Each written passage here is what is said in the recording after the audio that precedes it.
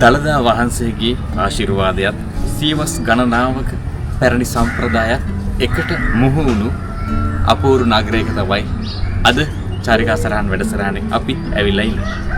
ඒ තමයි මහනුවර නගරය. ඉතින් වසරකට වරක් මේ නගරය වෙනස්ම මුහුණුවරක් ගන්නවා. වීදි සැරසෙනවා, අලියතුන් සැරසෙනවා, පෙරහඬ ඇහෙනවා. මේ වගේ විපර්යාස ගොඩාක් මේ නගරේ සිදු වෙනවා. ඉතින් හෙට දවසේ ඒ වාම් ශ්‍රී දළදා සමිඳුන් උදෙසා සිදු කරන පෙරහැර මංගල්‍යයේ පළවෙනි කුඹල් පෙරහැර වීදි සංචාරය කරන්නට සියලු කටයුතු මේ වෙද්දී සූදානම් වෙලා තිබෙනවා.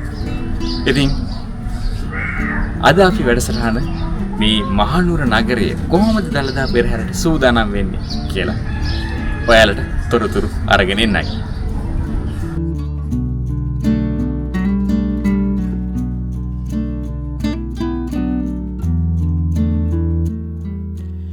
පෙරහැර කියලා කියන්නේ පැය කීපයක සංදර්ශනයක් පමණක් නෙවෙයි. ඒ වෙනුවෙන් දින ගණනාවකට පෙර සිටම විශාල සූදානමක් තිබෙනවා. මාර්ග සකස් කිරීම, ආලෝකකරණය, සැරසිලි, ජනතාවගේ ආරක්ෂාව මේ වගේ කටයුතු රාශියක් මේ සමග බද්ධ වෙලා තියෙනවා. මේ සියල්ල පිටිපසට සිටින මිනිසුන්ගේ කැපවීම නිසා තමයි අපට පෙරහැරේ අලංකාරය මෙතරම් අපූර්වට දැක ගන්න ලැබෙන්නේ. සාමාන්‍ය දිනවල මහනුවර කියන්නේ සංචාරකයන්ගෙන් සහ ජනතාවගෙන් පිරිච්ච නගරයක්. නමුත් ඇසළ පෙරහැර සමය ළඟා වන විට මේ නගරයේ සෑම මාවතකම සෑම කොනකම දැනෙන්නේ වෙනස්ම ජීවයක්. පෙරහැර නැරඹීමට පැමිණෙන දහස් ගණනක් ජනතාව වෙනුවෙන් නගරයක් සූදානම් වෙනවා. ඇසළ පෙරහැර ගැන කතා කරද්දී අමතක කරන්න බැරි තවත් සුවිශේෂී අංගයක් තමයි අලියතුන්. පෙරහැරේ ගෞරවය, අභිමානය සහ අලංකාරය තවත් වැඩි කරන මේ සද්දන්තයන් වෙනුවෙන් විශේෂ සූදානමක් සිදු වෙනවා. නමුත් මේ සියල්ලට වඩා වැදගත් වෙන්නේ ශ්‍රී දළදා වහන්සේ වෙනුවෙන් සිදු කරන පරම පූජනීය ගෞරව ආදරයයි.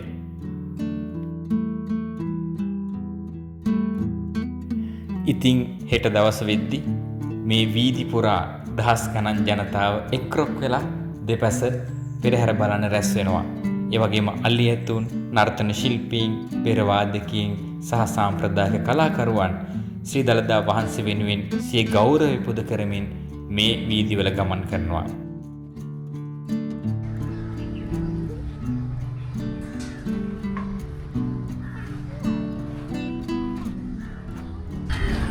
වාම් ශ්‍රී දළදා සමිඳුන් උදෙසා සිදු කරන මේ මහා සංස්කෘතික මංගල්‍යයට මහනුවර නගරය කොහොමද සූදානම් වෙන්නේ කියලා පුංචි විස්තරයක් තමයි මේ වැඩසටහනින් අපි අද ඔයාලට ගෙනාවේ.